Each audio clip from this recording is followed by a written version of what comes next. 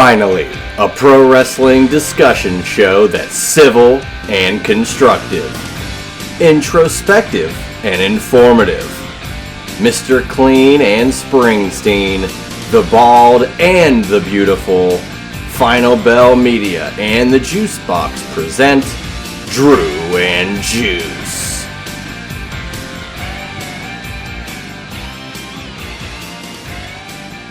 All right, everybody. We are live. Oh, you want to do it, Drew? You want to do it this week? We are live. That's right, Juice. It is a Royal Rumble weekend. A lot have descended upon Indianapolis, Indiana. We are coming to you live from our humble abodes right now. I will be headed to Dallas, Texas, to the Cosm to watch a once-in-a-lifetime viewing experience of the WWE Royal Rumble. Hopefully, this is a regular thing. I will be with Blake Mitchmore. There'll be over 300 WWE fans in what they call a globe, kind of like a sphere-like atmosphere. I'm looking forward to it. The world is ready for the WWE Royal Rumble. Over 64,000 people are ready for the actual event on Saturday. We're ready. We're going to break it down. We're going to talk predictions. We're going to talk maybe some surprise entrants. We're going to talk about Triple H. He's going into the Hall of Fame, and we're going to talk whatever Juice wants to talk. So let's get right into it, Juice. I am fired up. I'm ready to go. How about yourself? Yeah. I'm pretty fired up, man. I mean, this time of year, selfishly, is my favorite time of year. My birthday happens at the end of the month. You get the conference championship games. You get the Royal Rumble. You're ready to go to wrestle. Like, everything's happening in these last couple of weeks. And I will be watching from here, the remote, watching the Royal Rumble. But look, of all the events to watch at home, this is probably the best one. So I have no problem watching it at home. So I've been to many Royal Rumbles. I've been to one. Yeah. Okay.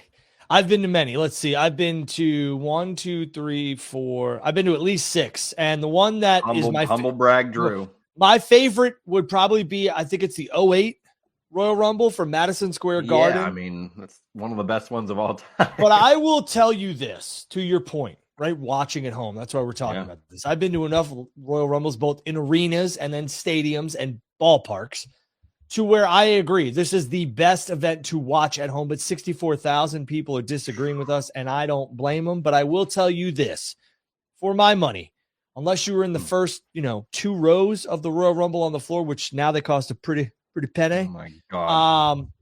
It's best served at home. I cannot wait. This is my favorite event of the year. It is. And I know we're in January, but WrestleMania is everyone's favorite. This is my favorite PLE throughout the whole year. There's so much unpredictability, even though people are like, this person can win it, that person can win it. The surprise entrance. Now there's a women's rumble, which we've had for, I think, over, 6-7 years now, which has been great because the women at times are doing better work than the men. But I will say I'm excited to watch this event from the Cosm. I really am. There's only one in Dallas. There's only one in LA. That's it. I'd love to catch a football game there soon when my Jets maybe are relevant.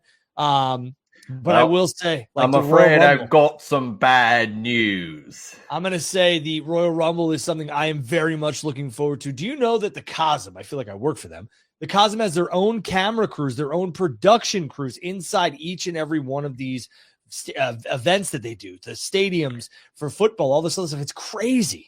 So I was first alerted to the Cosm from Colin Cowherd, and he was watching. Well, he was watching. He showed a video, and it was crazy. It was the Thursday night game between the Browns and the Steelers that was in the snow globe. That's what they call it, the snow globe game. Yeah, the video, if you can search it out on his Twitter, it's amazing to watch. And it's live, and it's showing, it's the back of the end zone when Calvin Austin catches that ball in the back of the end zone for the Steelers. And it happens, and then he's like, wow. But it looks as if you're sitting on the goalpost watching the game. It's unbelievable. So I can't believe what it would be like for the Rumble. You're gonna be green shirt guy. I'm going to be right. That's the thing, right? I'm going to be there. I'm going to be at the Cosm. Make sure you follow below. I will have all of your updates. They are allowing me to take video. They're allowing me to have a live stream there for a little bit. We'll make some predictions, myself and Blake. Maybe we'll get some people to give their predictions, some of the people that are at the Cosm. But I'm going to give you a firsthand look. This is the first event that WWE is doing inside the Cosm in Dallas, and yours truly will be there. So make sure you guys keep it locked to my Twitter handle, my X handle, and we'll get you all locked and loaded for the Royal Rumble down in Indy. That's right. And you were talking about, before we get into any of this, just the Royal Rumble in general. WrestleMania has built itself as its own like brand now, Oh, God. right? So the Royal Rumble, though, as if you want to call everything else just separate PLEs, the Royal Rumble stands above the rest because it sells itself on matches that are random. It's not one guy and one guy, and you know who's going to win. It's there's so much more unpredictability than a traditional wrestling match. Oh, this is the most this is the most unpredictable matches to both of them. The men's and women's Rumble are the most unpredictable matches in WWE. Yeah, and you get two of them. This Rumble, especially for me, we're going to get into our previews and predictions again. That Juice Robinson, Juice Springsteen, right? I like to call you Juice Robinson as a rib. That is Juice Springsteen. I mean, look, he just had to, take the name. I liked him when he was CJ Parker, but right. Myself at Juice Springsteen, at Juicy Steen, I'm at Andrew Baydala. But it's interesting, right? The Royal Rumble this year, so much is about, as always, is the Rumble matches. But for me, I'm really looking forward to that ladder match. I really am.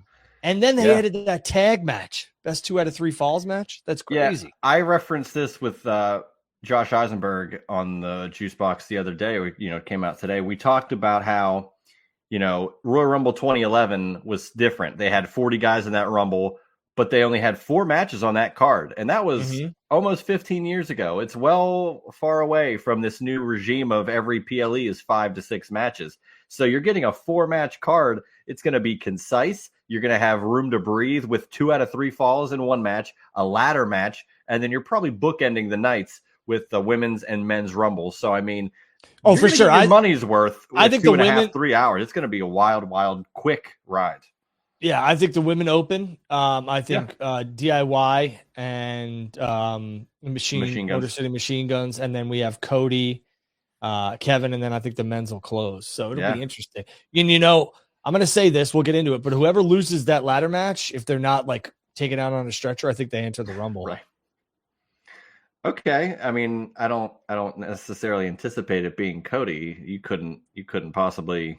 We'll get there, but you couldn't possibly think that. Okay. I don't know. We'll see. All right. So we talked a little Cosm, but I mean, but to close that out, just are they doing the Rumble at the Cosm in the LA venue as well? Or are they only doing it in this Dallas one, to your knowledge? That's a good question. I know that when I looked, let's see. And it's the first time they're doing it in general at the Cosm, right? It's the first event, regardless of location for WWE. Yes. And okay, it looks like it is at LA. Okay. But it looks like it's a Royal Rumble sneak peek, which I don't know what that means at the one in LA. The one in Dallas. You only get the pre-show and then you don't get to watch the race. But the one in Dallas, I will be there for, obviously. Would love to see some people there too. I know both are sold out in the actual dome itself, which is, absolutely nuts. And I was nice enough to be given the front row, so I appreciate that. I think Blake worked that out. You were nice enough? You mean they were nice enough? Right. But I'm saying whatever happened. But it's interesting. There's 3 different levels, and it's going to be such an interesting experience. So I'm looking forward to it. But I don't know what the deal is with the LA stuff. The only thing I know is that they're doing the Rumble there. It says a 1-hour preview. And then I know that they are 100% doing the chamber in both locations. But it seems like, let's see if you think they would do. I mean, as long as this does marginally well, which I'm sure it'll be sold out and whatever, they'll do it for every PLE. They're not. So they're not doing the Rumble in LA because the Lakers play the Knicks at 5:30. Oh, come on. Well, I mean, it's Los Angeles and it's the Lakers, so makes sense. Yeah, but it's not even the All-Star break didn't even happen yet. It's as meaningless as an episode of Raw in November. It's a 5:30 tip-off, so you get an hour preview of the Rumble, which is very interesting in LA. Thank God, we're headed to Dallas. So yeah, you get the whole shebang. So that'll be fun. And I'd be pretty pissed off. Yeah, and from what you told me, you're going to be in and out of there all within a day or so. So that'll be a fun Royal Rumble trip for you. Yeah, jet picks me up, drops me in Dallas. Woo! Go to the Cosm, enjoy some adult beverages with Blake and whomever else is there, and then I'll hop right out. a microcosm of your life. Oh, wow. Huh? Yeah. How about that? That's right. Blake is a big deal. Myself and Blake will be in Dallas for the Royal Rumble. Can't wait for it. If you're there and you watch this, come say hi. Maybe I'll buy you a drink. Yeah. Well, Drew, you're very hospitable. I feel like you would give people a drink. You've been out with me before. Oh yeah. Hey, I'll trade back drinks with you. It's, Yeah, whoever sure. foots the bill. If I accidentally go to the bathroom and the bill ends up on your lap, it is what it is. It's happened more than once at a Royal Rumble too. Shout out Dave Hero in Arizona. That was an insane night. So that bar bill was high. You are the bar. Mm. All right. Let's we'll touch on the Rumble towards I feel like the end of the show, because that's the meat and potatoes here. But we've got a lot of different topics we want to kind of focus in on. I wanted to start off with this. Just today, the newest season preview of Dark Side of the Ring was released, and we have the topics as I will release them here, and we can kind of bounce off of what topics we think are going to be interesting or what have you. But season 6, which is wild, like, of course, to us, how many different stories could they tap into? But they've done so many, and we're so in depth.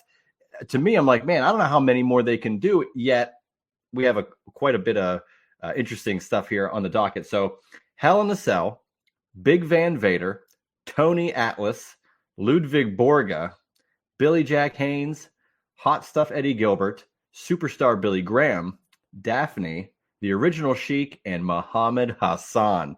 Drew, out of those, what stand out to you the most, and what are you looking forward to the most? I would say for me, obviously, I think Hell in the Cell has been, talked about ad nauseum.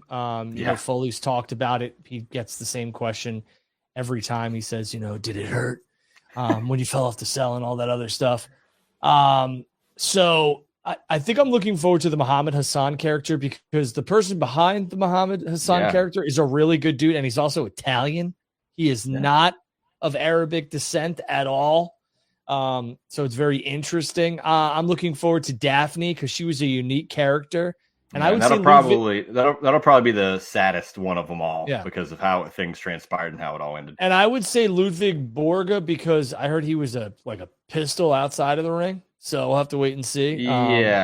He was interesting. What were the other topics? What was the other? What is the other one? Big Van Vader. So me, I'll be tapped into that. Tony Atlas will be interesting. You know, with the Vader thing though, it's interesting, Juice, because Vader seemed, from everything that I've met Vader a couple times, but Vader seemed like, from the stuff that I gathered and even meeting him in person, he was a really kind-hearted soul. So the character he played was nothing like what he was. So true, but you saw him well after his prime, where he may or may not have had those any issues that were discussed. And I've heard different stories throughout the years of him being he was as stiff as it could be, but he knew that if he lays it in, he's expecting some back, and that's what makes it so authentic. But I'm sure they're going to touch on him in Kuwait.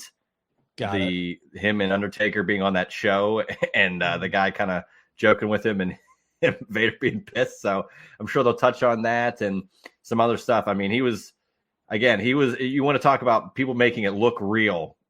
Vader was one of those guys, and he's arguably my favorite super heavyweight to ever go into the squared circle. Thank you to the producer who changed this. That was driving me nuts. We had two different fonts going here. It drove me absolutely nuts. It's a little thing. Sorry. That type of stuff drives me nuts, but the man behind the glass, thank you very much for that, because that was driving me nuts. Billy Jack Haynes. So I only recall him at WrestleMania 3. So it makes me want to tune in, because I don't know as much. And for a guy that knows a lot about wrestling, I could always learn more. That's the funny thing about I would say the good thing about Dark Side of the Ring is there's some things that I'm like, okay. And, I don't really dig the dirt in professional wrestling. It's not really my thing, but I like to hear the backstories, and I like to hear kind of the stars who actually lived it, opinions. I love sitting under the learning tree with stuff like that. Not Chris Jericho's learning tree, but the learning tree. Hi, guys. Right. I love doing that type of stuff, because that's stuff that normal people don't get to do. So, I'm not here for all the rumor and bullshit. I'm here to learn and grow my knowledge of what I've been told. So absolutely. Hot Stuff Eddie Gilbert. So he was that'll big be in good. Florida. Yep. He was huge in Big Florida. time. Didn't he have Superstar- Didn't he have like a program with Dusty for a little bit? I have to tune in to Dark Side of the Ring. I'm sure he Right. did if he was in mid or in Florida. I don't know if he was in Mid South at all, but Superstar Billy Graham, I mean, Superstar Billy Graham is a legendary character in pro wrestling. I think Superstar Billy Graham was ahead of his time. Like, truthfully, I mean, he was polarizing and everything else like that. But I mean, could you imagine Superstar Billy Graham in the late 80s, early 90s, like mid 90s and stuff like that? He'd have been on top. Yeah, he would have absolutely been on top. And then, of course, he was on top then, but. Well, right. But it wasn't the golden age. Right. You know, he could have been even at a higher level. Yeah. We mentioned Daphne, and I have a soft spot for her being in the late stages of WCW with Crowbar and David Flair, and her just being, just screaming the whole time, and the chaos that lends itself to the late unique stage character. WCW. Yeah, for sure. And then the original Sheik, who isn't that Sabu's father? I believe so. Yes. So there's definitely going to be some interesting stories there that I'm sure we'll be interested to dive into. And then the Muhammad Hassan, as you said, I mean, you want to talk about the ascent of a character to all of a sudden be taken away because of real life events that had nothing to do with him, all because of an unfortunate taping. Like the timing of all of it could not have been worse for him when he was really ascending as a character. And also, I think Sabu, even if the booking was in somewhat bad faith. Oh, okay, his uncle. Excuse me. Yeah. I knew he was in the family. I got that incorrect. But then Muhammad Hassan, I believe now, isn't he a school teacher now? He's one of the more successful stories in wrestling too. So it'll show a really difficult side, which is 20 years ago now, 2005 that happened. Like I said, Muhammad Hassan's a good. Yeah, he's a good dude. And I will say that. For me, I'll be looking forward to the Sheik. I'll be looking forward to Muhammad Hassan.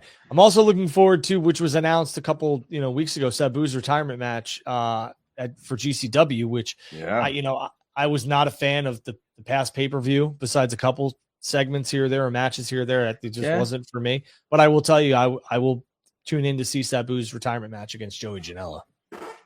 Yeah, my dad was Sabu for Halloween one year, and I was LSD, Little Spike Dudley. Okay. Hey, we watched ECW when I was 6. That explains a ton. I know. Yeah, I know. I can relate. You know what? And the great transition, I can relate with people that loved ECW in its heyday. So let's talk about someone who I watched ECW. Okay, well, that explains a lot. Well, but I think I'm also 10 years older than you, Juice. Okay, well, what I'm saying is it was more impressionable to a youth like me who You shouldn't be watching ACW at 8 years old, Juice. Yeah, well, my dad was a great guy to put me on to good wrestling. I'm not dogging on your dad. I'm just saying. Juice Senior put me on to good wrestling back in the day. There you go.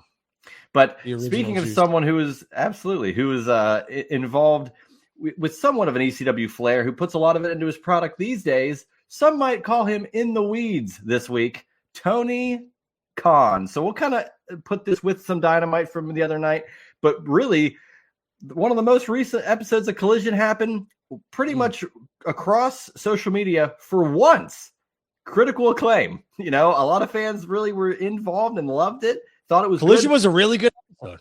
And then some went maybe a little too far or was really high on it and said it might have been better than Saturday night's main event. Be that as it may, a report came out, and of course it's all opinion, so you could say however good you think it is, that Tony Khan, quote unquote, was more in the weeds recently in regards to creative. So I'll ask you this, Drew. When would Tony Khan not be, quote unquote, in the weeds? Isn't he booking and hasn't he always been creatively involved for, I don't know, the entirety of AEW? What makes one solid episode of Collision kind of turn that narrative, in your opinion? I don't know. That's like me saying that, the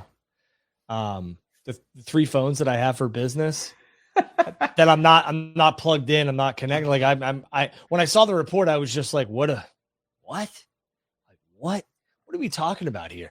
It seemed like and I get it. Like it's smart to a certain extent, like PR wise, but for me, it's like, okay, we had a good episode. a lot of people were raving about some segments, and so Tony's in the weeds. Okay. Now, a lot of people are dogging on Dynamite, and we haven't seen a report about anything, which is fine. I get it. But I mean, he got lost in the weeds. He must have couldn't get his way out. But I don't get that. I don't understand the whole premise there. Like, for me, and I've said this on my social media, if you love me or hate me, just react. I don't care. So a lot of people hate me. A lot of people think I'm an idiot. Oh, come on. Well, which is great. I don't care, because you're still watching the videos. You're still commenting on the videos, and that's fine. But, you got to take the good with the bad. That's what comes with it. And if you are going to put yourself out there on social media, you need to understand that you are going to get ridiculed, and you need to be okay with it. Otherwise, keep yourself off camera.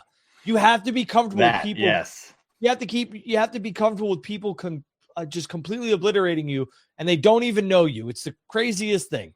And it's the stupidest thing, but it is what it is. And you have to accept it, understand it, move on from it. Otherwise, don't do this. And for me, why I say that is, whether good or bad, you need to be acceptance of criticism. So Dynamite yesterday was not good, in my opinion. And Tony Khan was in the weeds more, I guess, on Saturday, but there's no report today. And to me, it's kind of like, when I saw it, I was just like, what else would he be doing? Of course he's in the weeds. And if I hope he's in the weeds. And if he's not, then that's a problem. That's a problem. Yeah, it just came out of nowhere. Like, all of a sudden, it's like people realize, oh, maybe we had a really good episode. Let's capitalize on it by saying that Tony Khan was more involved to give him less pressure or less criticism about the product. But that, again, when literally the next episode of TV for them is panned by a lot of people, including hardcore AEW fans. You know how fickle the fan base is? And I say this because for me, it's like, if you love something so much, why do you consistently make fun of it? Why?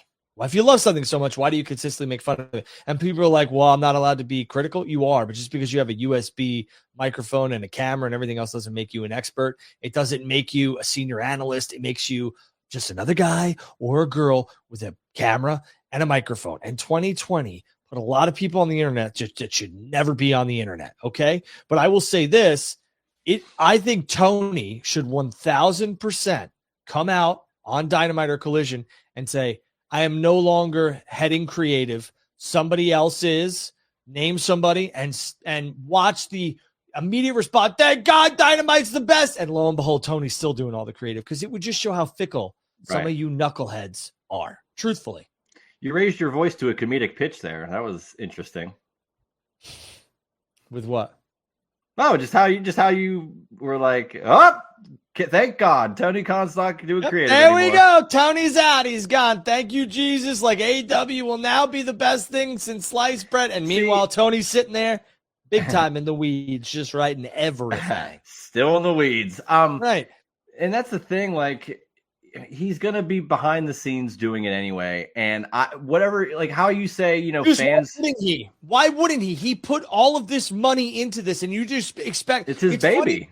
Right. And whether good, bad, or indifferent, you could get help, and you should. He should take criticism. He should take advice from the legends, Dustin Rhodes. And he has so many. He has such a roster to tap into. Taz, whomever else you want to name that they have there. Like I said, Dustin, Taz, Dean Malenko, Jerry Lynn, whomever you want to talk about. Take some advice, take some criticism, maybe go this way or that way with storylines, whatever. But at the end of the day, it's his baby. He put all that money into it. Vince had to be forced out to get out. Vince was very much in the weeds consistently because it's his baby. Absolutely. All the guys and girls that want this and that to happen, go get or go make. I don't care, because his dad gave it to him. All right, then go find. I hope your father is rich, or I hope you can make enough money to make your kid rich, and go start your own company. I was going to curse, but I stopped myself. Go start your own company. All right, stop complaining and go do something about it. And you made another good point, which I just find it interesting. Like, why, when, if you're a fan of AEW, like, why are you so doom and gloom about it? I think there's a way to be passionate about the product and be upset because you think it could be better, but that doesn't mean, that means constructive criticism. I don't like this, and here's how I would fix it, or how maybe they should change something. Not, I hate it, Everything's terrible. Why is Tony Khan doing this? He should sell the company. AEW's in the mud. WWE forever. Like it's downhill. Yeah, it's funny to me how like a lot of these big time, YouTubers and everything else like that, and even some of the smaller ones, like I'm not, this is not directed at JD from NY, okay? But I will tell you that a lot of these big, YouTubers, and even smaller size, whatever, 1,000, 2,000, 5,000 followers, subscribers, whatever, would immediately shut down their channels to go work for AEW or WWE. And they would just sit there and they would walk on eggshells and they'd be like, tight ass and they'd, yes, sir. And that would be it. And we talked about that last week. It's like you critique something to the nth degree, but as soon as there would be an opening, you'd walk right in and go, yes, sir, Mr. Tony Khan. I'm right along with you. I will go in the weeds with you. I thought that whole weed stuff was ridiculous. Like when I saw the reports and I understood what it was good PR. And everyone would be like, well, there's no such thing as bad PR. To me, this immediately cracked open the door for them to be like, as soon as they had a bad week, well, Tony in the weeds in this one too. And it's like, well, yeah, Tony should be in the weeds every week. And to answer this question, I've answered it like 7,000 times. Drew, I've never actually heard your response. I don't know your stance here. Let me hear it for the first time ever. So me and JD had conflicting schedules and it just wouldn't work. There was also some difference on creative direction in terms of like how I viewed and how he viewed the show going forward, in terms of I wanted to get and he wanted to get to a certain place, and that's where it was. But my work schedule was becoming something where I couldn't do Tuesdays. It felt at that point that JD wanted to go a certain direction with the time and really wasn't willing to jump off to another time, and we just mutually agreed to part ways. I had fun with JD. It was the yin and the yang. I don't agree with 95% of the crap that he puts on, but it is what it is, and I have a ton of respect for his platform and what he's been able to achieve, but we're just two different people. And I talked to JD, a lot of these idiots online would be shocked that I talk to have, me and JD do talk. It's just, he has his ways. I have mine. He has his views and I have mine, and we're both adults, and I listen and he listens, and then that's it. We go our separate ways. We're not doing shows together anymore. That's allowed, Drew. People we're don't adults. Think that can happen, but it can. If you're civil and a normal human being, you can hash out anything. God, Blake. I heard it's because you don't have something against short people. That's right. I don't have something against short people. Well, that's right. Good. Well, if you had a little bit more hair, you'd even be taller, though, Drew. You'd be really towering over folks, Yeah, I mean, I think I'm tall enough. I would love to be a couple inches taller because I'd probably be playing, professional something right now, but I'm 6'3". I'm okay where I'm at. But you know what? It is what it is. Blake, you can't fix your comment. The producer's saying there's a new comment. I'm not putting it up. So yeah, I listened. You know what? I wish him nothing but the best, but it wasn't working out, Yeah. And for the people who said it's because I need my media passes, I had them while I was with JD. God. I was media credentialed for WWE, AEW, and I had previously had medias for NWA when they were doing it. But I mean, that was, that JD had nothing to do with me gaining or losing media access. I just but you know how people love only looking optically, not actually diving in, not actually asking questions and getting real answers from people that were there, dude, right? They just make assumptions. There was somebody going back and forth with me on the comments yesterday, and it was like, it's because you don't want. JD tells it like it is, and I wanted to write back like, do you really want me to just tell JD to heart your tweet because that's what you want? Like, JD, hurry up and like this guy's tweet so you can get his holy shit. Look, my buddy, my best friend, just liked my tweet. Like my idol. Did he tag him? I think so. Okay, well, maybe he would see it, or maybe if that guy was too much of an annoyance, I am still on the payroll. Oh yeah, Mr. Eminent's always on the payroll. I'm on both payrolls, baby. 6'3", want to be taller. I'm 5'6". Oh man, yeah. I mean, you guys had a great little program there. I tuned in. I still tune in. I still watch. It's crazy. Like, again, there's tribalism no matter what you do in whatever walk of life there is. And if people are entertaining, they're entertaining. Just because you guys were on different wavelengths doesn't mean you guys have to hate each other. Like, that's perfectly normal. Do you know how many people want the show back? And I see a lot of people say that. Yeah, and then there's people on his platform that can't stand me, but that's the whole point. That's the whole point of the show. If you liked my takes more than his, then maybe I was getting through to a different side of you that you never knew existed. I don't do bash content. I don't hate. I don't wish for any company's demise. I wish all of the YouTubers, good, bad, indifferent, all of the wrestling promotions, good, bad, or indifferent, success. Do I like GCW? It's not my cup of tea. Do I want them to close? No, I don't. I don't. Just like when CZW was in business and XPW was in business, I didn't want them to close. I just didn't watch. I didn't watch. No, you have to hate everybody that doesn't agree with you, Drew. That's how this world works in 2025. Don't you understand that? I don't care. Yeah, I don't care enough. Yeah. If you're in this line of work, you have to understand you're going to be 100% hit with criticism. Accept it. People are going to hate you. Accept it. If you're not okay with it, you're not comfortable with it, get out now. Yeah, there's also a block button, a mute button.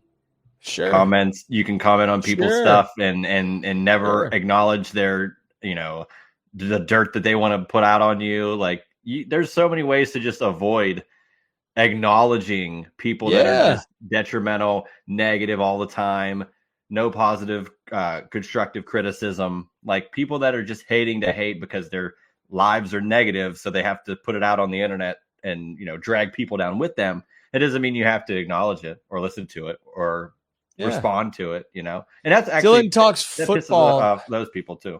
Yeah, Dylan talks football. I personally still watch you both. I really enjoy the let's stay calmness of your content. Yeah, I mean, I don't need to just sit back and yell. I can't see what this one says. While I very much enjoyed you on JD's show, I think Monster is great as well. Have you tuned into any of their recent shows? I watched like the first episode that I wasn't on when he became the permanent host, and then I watched an episode where what was it? They were talking about the media rights deal, and I like Jason. Immense amount of respect for Jason. Good dude. I just think they're very, very similar. Besides, JD is a little bit more loud, and Solid Monster is a little bit more reserved. But they're the same person. The same thing goes with I think Jesse is I have nothing but, I wish him the best for him and his family. But for me, it's a pass. So, yeah. Well, lo and behold, you're now stuck with me doing this show. So I don't consider this stuck. So, oh, good. That's right. Wow. What a nice thing to hear. Week 4, baby. We got some positivity. I don't do anything I don't want to do. So this is something I look forward to. And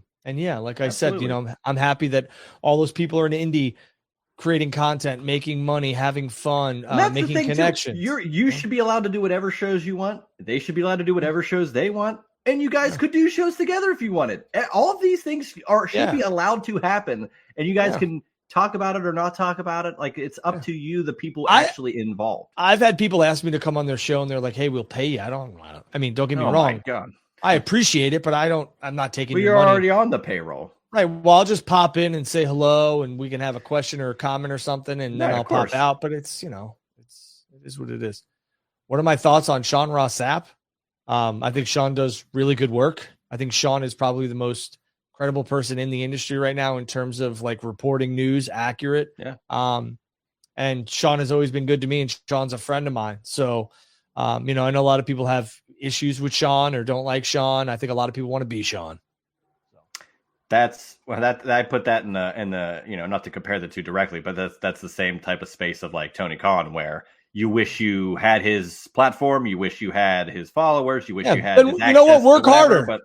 Work harder. I see a lot harder of people to get there, man. It's not that it is hard, but like it's not that hard if you apply yourself. Yeah, I think a lot of people want to be Sean. I think a lot of people want to be Tony. I think a lot of people want to be, Tony doesn't get the same, and don't get me wrong, there's a lot of people, who love just WWE style of booking, and I get it. Do I think WWE is white hot? Yes. Do I think the WWE booking is doing a better job right now than AEW. Yes, I do. But I will tell you that a lot of people don't come for Triple H's neck because they grew up watching him as a wrestler and have an immense amount of respect for him. And they either idolized him or they realized that he could probably kick the shit out of them. And a lot of these people talk out of their mouths big time. They talk big.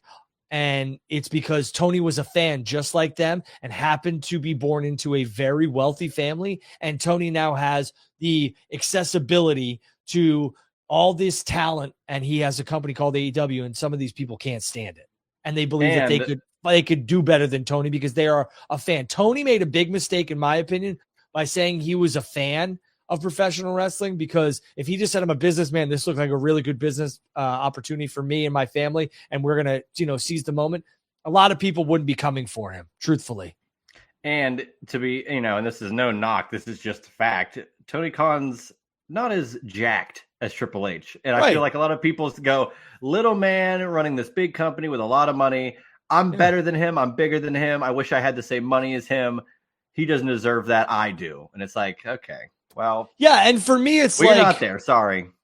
And you want to know what? Like, for me, like, I feel like, and I think Tony needs a bad guy. And I'm talking about a bad guy that represents the company. And I'm not saying like he has to be bad or she has to be bad all the time, but Tony should be the one that is leading from afar, in my opinion. And you should hire somebody, bring somebody in. He doesn't have to, or she doesn't have to be someone who's formerly in the wrestling business, but just be the mouth. Hey, this is what we want to do. Okay. Like, all right. Why? Well, this is what the boss wants. And this is what we're going to do. And some people are like, well, can I talk to him? And then go ahead, go talk to Tony, just like they would do with Vince.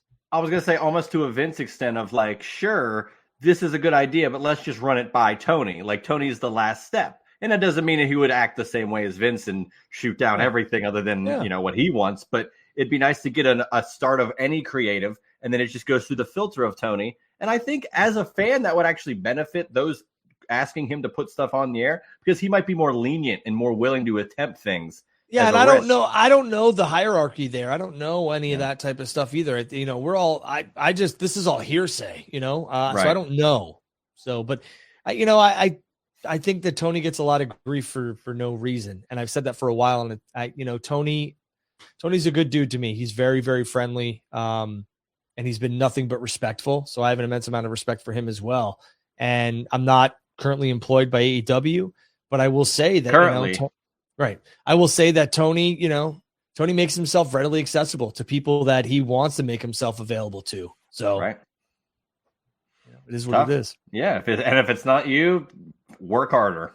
Yeah. I'm sorry you don't like Sean. Sorry you don't like me. Sorry you don't like whoever else. I don't do the stuff Sean does, and Sean doesn't do the stuff I do. And that's, we're friends outside of this thing. And realistically, like, if you don't like him, it's probably because, you want to be him, or you had an issue with him and he completely nuked you on X. It happens.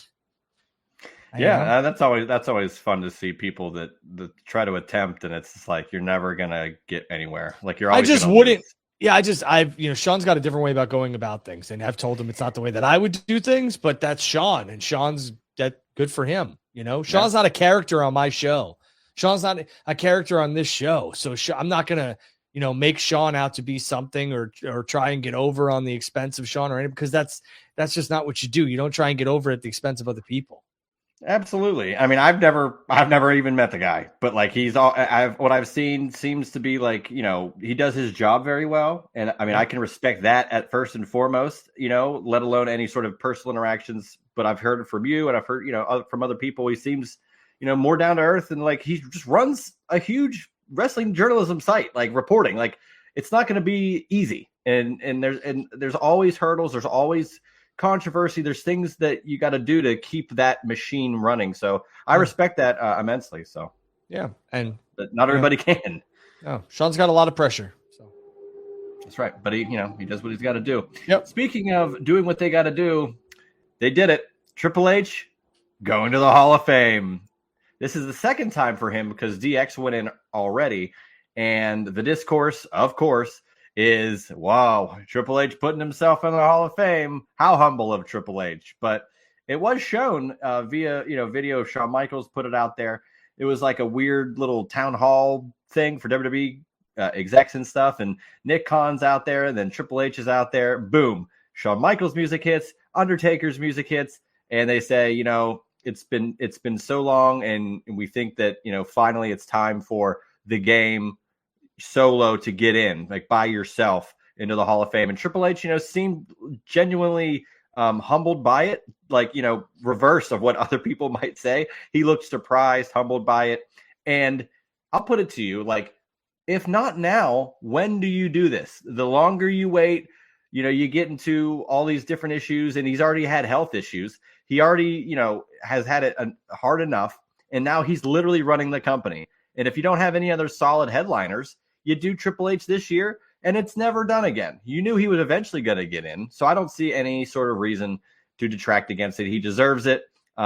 He probably fought against it, whether you want to believe that or not, and people were like, well, Vince never even put himself in, because he said he didn't want to do it. And Triple H didn't want to probably put himself in, but people higher than him said, we're putting you in. And do you think he's going to just decline that? I don't think so. So Drew, Triple H in the HOF, well-deserved. What are your thoughts? Yeah, I think it's 100% well-deserved. His singles run is Hall of Fame worthy, by itself. The DX stuff obviously was there, both iterations of DX. But for me, Triple H is a first ballot Hall of Famer. He deserves it. I don't care if he's the head of creative. Who gives a shit? I don't care if he's the COO. Who gives a shit? He was a wrestler before this, a very popular wrestler who is like one of the best, if not the best heels in the business. Triple H is absolutely somebody who should be in the Hall of Fame, and he should be there. He should be going in with wheels on. So I'm here for it. Yeah. And, if by some chance they eventually induct, well, Orton will get in, Batista will be a headliner. Then they could do Evolution, and then Triple H would be a 3-time Hall of Famer. Flair would be a 3-time Hall of Famer. So I always just find that interesting.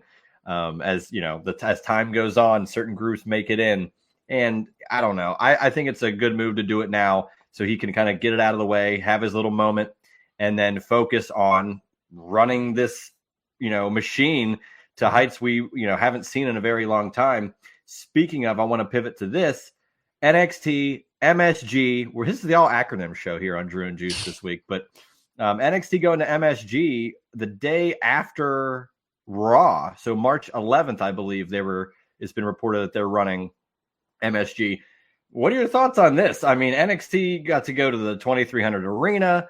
Aren't they going to the same venue that AEW just ran in Cincinnati as well? They are. So they're bouncing around. Look out. Maybe NXT will go to Daly's place next. You never know what's going to happen. So I don't think MSG. I think it's going to be money, but you never know. No. Well, TK's in the weeds. He doesn't even know what's happening. So thoughts on NXT going to MSG, DREW? I LOVE it because you want to know what I mean. NXT at MSG, the theater, is a smart call. I was there for Dane Cook a couple times, and that was before Dane kind of like blew up and actually sold out the Garden. So for me, right. I love it. It's a smart call. They're already going to be there. You just have to set up a ring, an extra, lighting, staging, rigging. Maybe it's already there. Maybe it's a permanent fixture there, the lighting and the rigging. So for me, I could dig it. And I think it's a smart call. I'd love to see NXT. I love that NXT is going to these more intimate, smaller venues, kind of like what AEW is doing with Dynamite and Collision for the most part. So for me, it makes a lot of sense. AEW, I think, fully understands they are not Raw or SmackDown. They're not getting the stadium sellouts. We'll have to wait and see what they do at Globe Life. It seems like they'll do over 20,000. I think that they'll eclipse their record, which is I want to say it's like 21,000 or something at Grand Slam at Arthur Ashe Stadium. I think they'll beat that. But again, AEW is not going to Indy and selling 66,000 tickets right now. That's just a fact.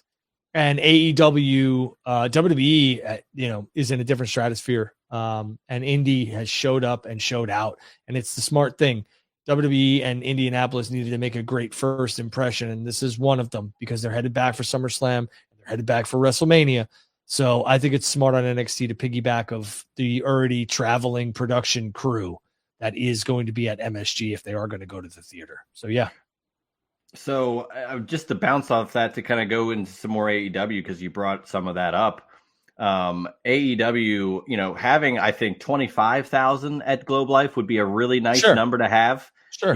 It might not be what they initially intended, but if they set it up for something like that, I think that'll be a success and it'll look solid. I'm looking forward to just the presentation of it at a baseball field for something that's not WWE. I've been to I've been to TNA house shows at minor league baseball stadiums, and I always thought that was a unique thing. We saw the Royal Rumble. Was that Global Force Wrestling when they did that? No, this was still TNA. TNA, like 2012, 13, and 14. Okay. So that was always interesting. And then WWE more recently did a couple Rumbles at Minute Maid Park. So like they've done some baseball stadiums. I really want someone to go to PNC Park. I think we had this conversation before. It's just such a beautiful venue. Why? Yeah, Pittsburgh in January. Sounds like a real No, I didn't say for the Rumble. What do you think? For anything. For SummerSlam? They maybe can't. SummerSlam. I don't think they could. Number one. Number maybe, two. Maybe AEW will go there then. SummerSlam. That's a possibility. WWE SummerSlam has outgrown ballparks. The Royal Rumble has pretty much outgrown ballparks as well. It's going to stadiums. Yeah. Yeah. The Rumble's going to be, next year's in Saudi, I believe, right? Oh, yeah. And I think that they might try out the 2-night thing there, too, because we've talked about that. But yeah. I could see it. So the 25,000 I wouldn't hate for AEW All In.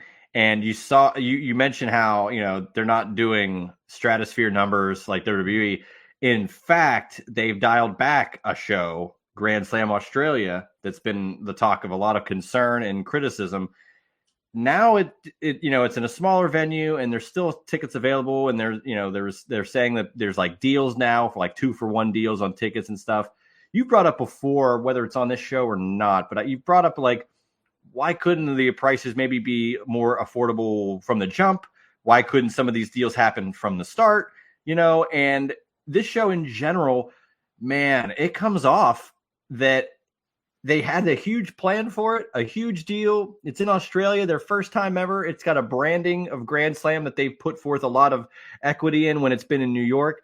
And now it seems relegated to whatever is left of the audience from the NBA All-Star festivities, buried on a Saturday night. And it's just annoying to me. I wish they would treat it a little bit more care and make it seem like it's a bigger deal. To me, it should be. It's a new continent. It's a new country you're going out there for. And I'm sure they'll have a great time and those fans will go back again. But for the home viewer, I want them to go as high as they can in another country.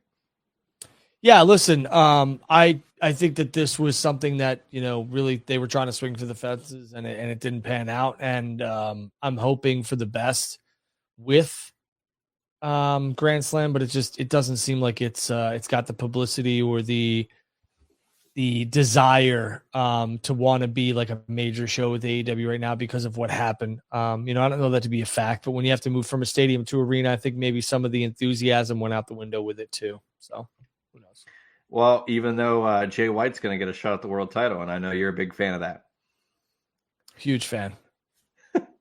I like Jay White a lot. So I just want to make that very, very obvious. But I don't fully understand why we need to have Jay White in a world title match just because it's, Australia. For me, it's like, all right, let's do something else. I don't have an 8-man tag. That works for me.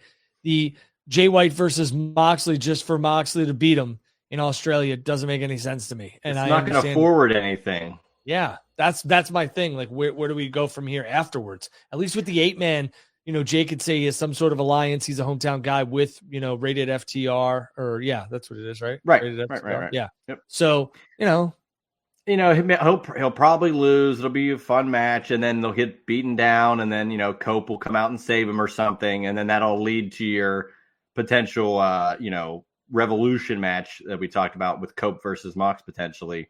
But I think the Kyle Fletcher Ospreay interaction, that tag match is probably going to be more over, for lack of a better term, than what's going to happen with the main event with a guy from there. Ospreay and Omega as a tag team, I think, is going to be wonderful and probably the most, hyped match of the whole show. And it's just not even going to be, well, it might, I don't know. Could it be the main event? You can't put your main event, with the world title not last, especially with the hometown guy, you'd think, but I don't know. I just feel like there's absolutely more juice to be squeezed with the tag match of Ospreay and Omega as tag partners. So I like that. I like what you did there. I do what I can here. Talking pens one week, talking juice puns the next week. Don't do that again. Why? It was a wonderful, wonderful clip. I still haven't gotten any word from Pilot on a sponsorship deal, but the wheels are in motion. Maybe you'll get a pilot from Pilot. Oh, could you imagine if it's on the pen instead of Pilot, it just says juice? That'd be cool. Moving right Personalized pens moving right along. Oh God. I'm here all day, brother. I'm regretting this show by the minute. Remember you said that last week. Remember how earlier in the show you were like, oh, I don't feel stuck doing this. I'm starting. Now, how do you feel? I feel pretty lousy. Speaking of lousy, let's talk a little more about Dynamite this past week. Damn.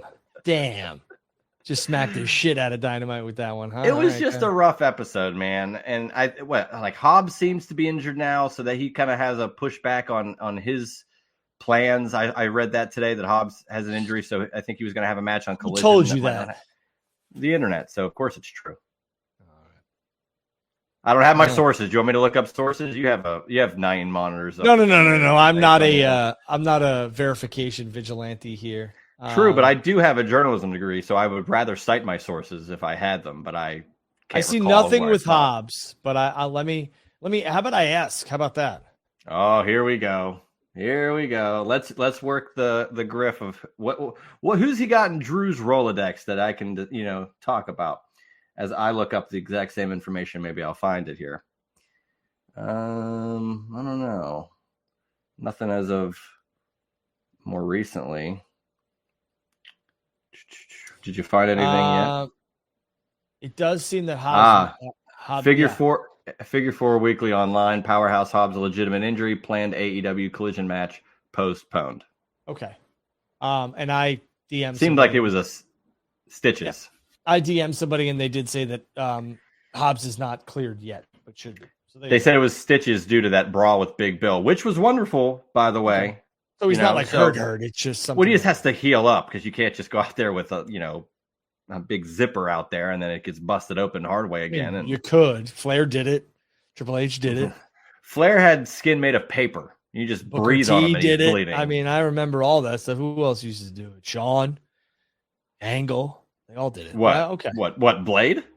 No, I mean, they all had stitches or staples and they went out the next night or whenever else, Okay, maybe in all those guys you mentioned were in a different era where they didn't really care as much as they do now. First of all, I want to make this very clear. I'm not dogging on Hobbs or the medical team. No one said you were. I'm just saying why it's different to compare the two, Drew. You got to be able to look at the different perspective of years. Those guys did it in a time where unprotected chair shots were happening regularly. Now there's more care taken, so he's going to miss a match on Collision. That's all. Of course, there's nothing against Hobbs. Mm-hmm. Come on. Mm-hmm. Speaking of, while we have some dead air, look at the shirt this week. Bash at the Beach 1997. That shark looks from 1997. And if you go on WWE Shop, they remade this shirt. It's the same. They made it again, but this is the authentic shirt. So you're killing me. Why? You don't want to know that information? No. Okay. Well, outside of Dynamite, I don't know anything else that's really to be discussed. They're just continuing the build to Grand Slam, but I don't, at some point they're going to have to start building to this pay-per-view, Oh, for sure. Revolution. So time's running out for that too. And people are like, oh, you can't be worried about Grand Slam. It's a month away. Well, now it's like 2 weeks away. Yeah, I never understood that logic. Like, don't worry about this. Why? Well, why wouldn't I? Shouldn't you have plans? Like, what happens? It's going to be March 8th and you have nothing set in stone. Right. I mean, don't get me wrong. I'm not losing sleep over what happens or what matches are made for any company. But I mean, like, true. They have some sort of direction, it seems. But I mean, you would have thought there'd be more emphasis on this show, and there's just not for me. No, not for them either, really. So, all right, let's talk a little bit of WWE, and then we'll dive into the Rumble predictions, fun topics, as it were. let's start with the, let's give the man credit. My co-host, Drew Baydala, a couple of weeks ago, accurately predicted Clash in Paris. So they're going to do it. It's going to be the end of August. And was it Labor Day weekend? Yes. So lines Smart. right up. Yeah, it's a solid move. France killed it with Backlash. They're doing such a great job with these international shows. My only gripe is that the Eiffel Tower should have been the A in Clash, and I saw that. Which I agree had an with. opportunity there, but I'm not a designer. I just have opinions. I'm an analyst. You're an opinionist. We're not designers. We don't know what we're doing. Nope. Nope. I mean, just look at these graphics down here. I couldn't have come up with that. I can't do it. So what are your thoughts on Clash in Paris? I mean, it's brilliant. WWE doesn't miss they don't miss an opportunity to make a buck.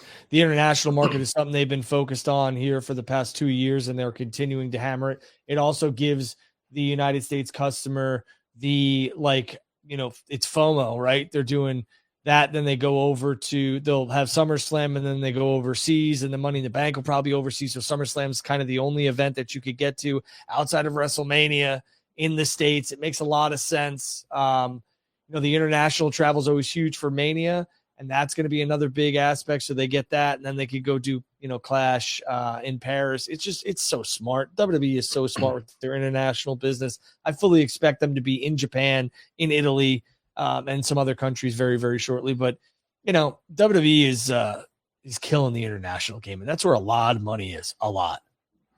And, of course, it's 2025.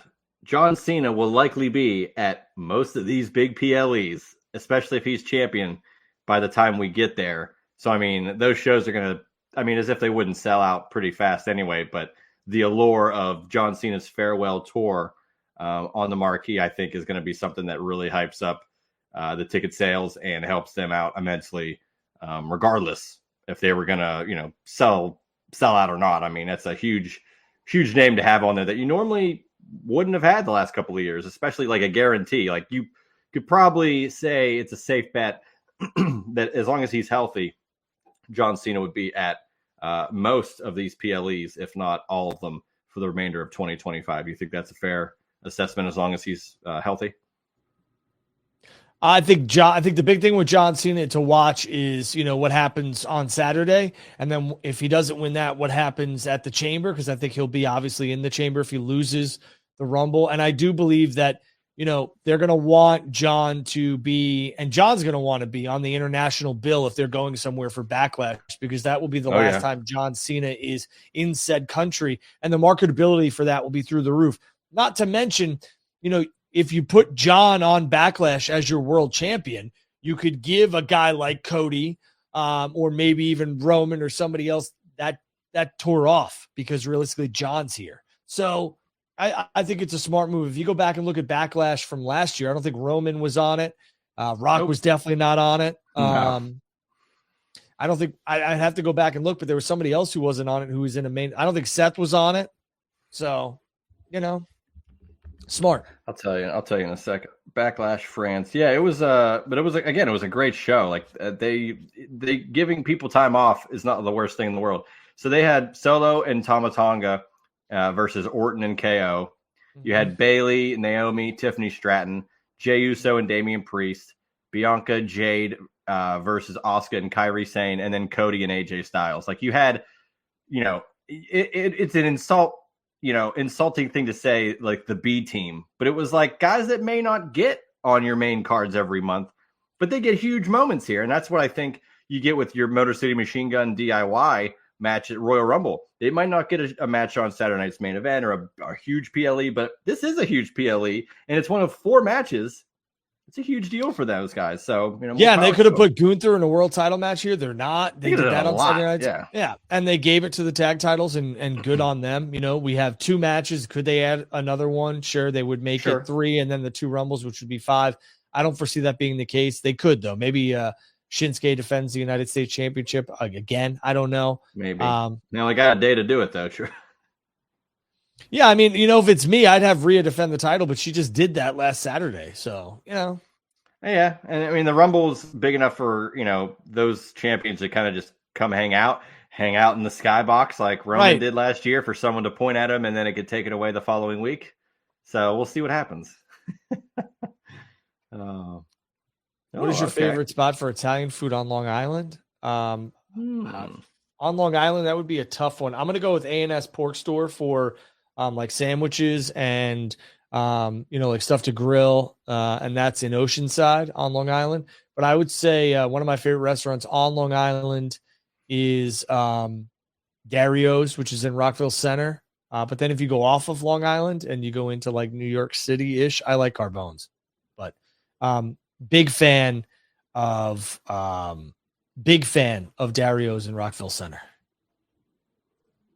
I like this. I like Culinary Drew. This is a fun little segment. I do love food. I need to clip that. I love food. I like good food. I like really good food. Well, yeah. Truthfully, who doesn't like good food? Would you like who likes bad food? Yeah, no. I'm a big fan of well put together meals. For me, it's like if there's the more simplistic, the better, because sometimes you could really overpower a dish with too much. There's a lot of flavor and love that go into dishes, but for me, like if it's, I don't know, there's nothing better than like a good meal and a good glass of red wine for me. So, yeah, specifically with Italian too. That's like a perfect pairing. Yeah. All right. Well, we've taken so long, and now we're here. Royal Rumble coming up a couple of days. First, I want to touch on this. Yeah, Drew could be. Well, look, payroll Drew does not go cheap. It's go big or go home for Drew. And Blake, you're in for it this weekend, pal. You got one day with him. You're gonna be. Hey, you know what? Your wallet's gonna be empty. I was very nice with Blake because I said, hey, you know what I want to do when I get off the plane, and he said, what? So I want you to take me in and out. He's like, Drink. Okay. He's like, all right, I'll take it in and out. So that's right. I would love a good dinner, but you know what? We just don't have enough time. We'll do in and out, and then we'll head to the Cosm, and we'll just hang. So we'll see. I'm looking forward to just hanging with Blake. So yeah, nothing wrong with that. Shout out to Blake. This I wanted to touch on. Well, there you go. Umberto's in New Hyde Park. I have been there. It's very good. I have been to Umberto's. It's very, very good. There's also a place in Garden City that I'm missing right now off the top of my head, but Water Zooey was very good. I don't know if that's still there. I want to say Water Zooey is still there, but it's Novita in Garden City is very good as well. So check that out. Go ahead. You really need to just do a whole Anthony Bourdain style show where you just travel Long Island and give your best picks, Drew's delicacies. So Blake has been to the house, and I make a full spread on Sundays. It's chicken piccata, it's homemade meatballs, it's homemade pasta, it's homemade sauce. Everything's obviously from scratch, hence homemade. But I'm a big, like I said, I love food, and my kitchen here is a work of art, truthfully. And I didn't build it, but whoever built it, like God bless him, because it's a work of art. Oh, well, you learn something new every day here on Drew and Juice, the culinary cuisine of one Drew Baydala. I do, Ben. I do see WWE going to Australia. Maybe not in 2025, but I definitely see them going to Australia. Yeah, because they were just there last year. So yeah, so I think they'll go back. But I think they'll go back. Although they, doing France 2 years in a row, So I like any restaurant in Detroit, Michigan.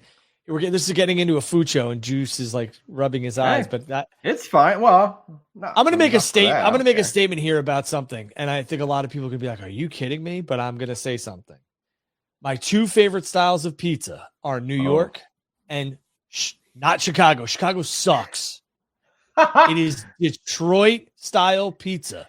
Detroit style pizza is so underrated. It is so good. So good. I love Detroit style pizza. Chicago pizza sucks. It's like pizza pot pie. Miss me with it. I have no interest in it. I'm a big fan of Detroit style pizza. Love it. Wow. So I don't even know if I want to dive into this, but Vesuvio in New Jersey. What is that? That's a Soprano. It's a Sopranos reference. I was gonna say it doesn't sound real. Oh, brother. Yes. All right, so can we tackle the Rumble? You think, or we want to talk? Yeah, we're done with the food talk stuff. more yes. turkey. We're done with the food stuff. So I want to do something real quick before we go truthfully into the Rumble. I want to just get your take on this as a whole. Mm-hmm. You know, last week, Monday Night Raw in Atlanta, where it's a hotbed for hip hop, and I'm a huge hip hop fan. I have found out that you are a hip hop guy, you know, as well, more of a classic hip hop guy. I don't know how current you are, but you know, seeing Quavo come out with Jey Uso now, that's two different artists of huge, you know, celebrity status coming out with Jey Uso. I mean, who's going to be next? Is this ever going to end where Jey Uso goes to these towns and insert celebrity or rapper or what have you? It's clear that he's number one marketability, even if he's not champion, he's main event Jey Uso. I mean, what other hip hop artists would you like to see out there with him, Drew? Dr. Dre. If they go out to LA, that'd be cool. Yeah, I'd love to see Eminem. Well, too bad they're not going to Detroit. They could have pulled that off. Vegas. I think for Vegas they're gonna do Travis Scott again. They might for sure. You know,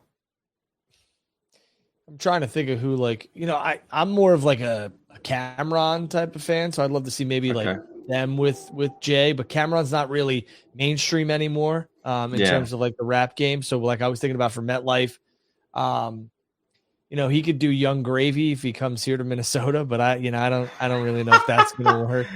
I don't think that's going to happen. Yeah. So for He's me, not to the level of Quavo and Travis Scott. No, not even close. Not even close. I mean, those guys are just on a completely different level. So for me, it's, you know, I think Jay's, you know, those type of things are showing you where WWE's viewing Jay. Yeah. So, you know, I will tell you this though, you know, speaking of celebrities and everything else like that, I will say, you know, Kai and I Show Speed. Oh, yeah. I am willing to bet good money that one or both are going to actually be in the Royal Rumble this Saturday in Indy. And I wouldn't be surprised they have a little GoPro on them and they're filming that experience and everything else like that. So I brought this up on the Juice Box, talking to LeBar and Eisenberg, where them bringing in I Show Speed, who is arguably the biggest streamer in the world. Everywhere he goes, thousands of people follow him, want to go and find him, hang out with him, just see him in general. So for him to be backstage at WWE at the Royal Rumble, he'll be streaming the whole time. He'll be seeing all these different superstars. And yeah, I'm sure he's going to get announced to come down to the ring. And if he's streaming at the same time, the maximum amount of people around the world, whether they are wrestling fans or not, that just watch what he does, are going to be watching the Royal Rumble by proxy. And if he can turn more people on to wrestling, somehow it's going to get even bigger. And I love that. And, you know, miss me with the, well, I don't know, he's not a wrestler. Okay, well, Bad Bunny's not a wrestler either, and he killed it. And Logan Paul wasn't a wrestler, and he's one of the best pro wrestlers currently going. And he might go pretty far in this Royal Rumble when we talk about it. And, you know, plenty of celebrities have been part of wrestling for so long, and this is where we're at right now. And it would be derelict of duty for WWE to have I Show Speed streaming backstage and not take the chance of, wow, what if we just called him to the ring in the Rumble and he had a camera on, or even a phone with him or a GoPro, and that is streamed to it. This might be crazy, but it might be streamed to more people on Speed's stream than would be on Peacock or even at the show. I'd wager 100%. well more. You know, it's unbelievable visibility. That's the thing. Like there are 100. One of them, if not both, are going to be in the Rumble where they're either have a GoPro on and it's, you know, used for vlogs or whatever, or they're going to go live with their phone and whatever else. Like it's 100% happening. 100% happening. 100%. Yeah, I agree with you. And again, it's smart business. You know, you're a business guy. You know, Ticket Drew in my phone still. Never. I don't think I'll ever change that, to be honest with you. You'll always be Mr. Ticket or Mr. Ticket Drew to me. But one more thing about pseudo Rumble topics, because I know I'm going to put you on the spot here, Drew, because Sure. I pay attention. I know things. You have since deleted this tweet, but you were critical of the song choice for the Royal Rumble. Oh, yes. The song being Von Dutch by Charlie XCX. I took it down because I didn't want people to think that because you're wrong. Well, I mean, for me, I took it down because it was starting to get into a conversations where I was just like, nope, I'm just out of here. So, It's okay. It's okay to not be on top of everything, Drew. You don't have to be knowledgeable. I think the song choice sucks. Even though the chorus has "I'm your number one" in it, and it's about numbers in the Royal Rumble. Who gives a shit? You know how many freaking songs I could find that have number references in them? Yeah, so. and you know how many of those were on the number one album of the entire year, and WWE capitalizes on stuff like that. I thought that the Raw theme song by Travis Scott is very, very good. It fits. Yeah, it's 4x4 is great. Yeah, sure. It's a great show. I think the WrestleMania theme song. Yeah, Fiend. Is very, very. I'm the biggest Travis Scott fan you'll ever meet, Drew. You don't have to. And it fits. This song sucks. I don't need Korn. I don't need Limp Bizkit. I don't need Deftones. That's a whole nother. Hey, big Deftones guy. I'm a fan of all those, but I'm glad you brought up Deftones. But it's a different era. They're never going to go back to Limp Bizkit. I'm agreeing with you on that. This song sucks. And you know what? There's a lot of different songs where when WWE puts it as a theme, and I'm like, okay, this works. So. But here's the thing. The Weeknd has had the WrestleMania theme song 5 years in a row, and it's been just general poppy The Weeknd songs, and it is what it is. They're not traditional wrestling themes, but they're huge, and it makes sense. And again, this Triple H even capitalized on the meme saying, "Am I Brat?" Like you're not in the space. It's okay to not be a part of it, but it's not for you. Yeah, I don't get it, and that's okay. I don't need to get it. You know who does get it? All the people that are like, oh, like, look at this song. Or some people see an ad and they're like, oh, I know that song. So I get it. I totally get it. I just thought the song, it sucked. That's all. I'm entitled to an opinion. It sucked. Yeah. And I think your opinion sucks, Drew. That's fine. You're entitled to it. You're not Brat. No. Nope. I'm not raising brats either. This hat is Brat. Same color. Similar. Light green. What are we doing here? Drew, you're out of. You said earlier you're how much older than me, and yet I'm trying to hang on to the zeitgeist of the world. How do you do, young fellows? That's what you said. That's right. That's right. Yeah. But anyway, great song. Looking forward to the Rumble. Let's talk about the Rumble. This is going to be fun. 4 matches. It's so concise. I think it's perfect. I hope they don't add another match because, like we said, probably Women's Rumble. Tag title match, world title ladder match, and then you get the men's Rumble. There's like no room to go to the bathroom and have like that breath of, oh man, this sucks. Like I think everything on this show is going to be exciting. The Rumble match sells itself. Like this show could just I know that they never do this, but they could just say the Royal Rumble is happening with no entrance advertised and it would sell. Like people want to see the match. They want to count down from 10. They want to boo the theme musics. They want to get hyped for who's 1 and 2. Yeah. It's amazing. And you said it, dude. You said it's like your favorite PLE, and I would say you don't even have to count WrestleMania as that. It's in its own little land of stratosphere with PLE and branding. And I'd say Royal Rumble is that 1A, For me, I am more excited with the unpredictability of this event than any other event. Yeah. That's it. And we always say year after year. Pro wrestling is more exciting and more enjoyable when it's unpredictable. And, for the most part, it is unpredictable. We're not bookers. We're not in the weeds. But if it's more unpredictable than general, it makes it that 10 times more exciting. And, guys that have watched wrestling for how long? Both of us, and yet I would be glued to the TV, like waiting with anticipation for each entry. You're going to be at the Cosm in a atmosphere that's never really been done before with pro wrestling. Like it's just wonderful all across the board. So let's get into the matches. Let's start off with DIY, Motor City Machine Guns, 2 out of 3 falls. They could have done a regular match, but they wanted to showcase what these 4 guys can do. And it's still kind of mind blowing and boggling to me that the Motor City Machine Guns are wrestling in WWE, and they've already been tag champions in WWE. Like, it's wild. Let alone they are about to have a 2 out of 3 falls, pure like wrestling match with 2 of the best guys that have done that for a very long time in WWE and NXT, Gargano and Ciampa. So, do you see the titles switching hands? Because I think DIY is going to not only retain these, but take them probably further to WrestleMania, where we get like a multi-tag match to elevate tag division as a whole.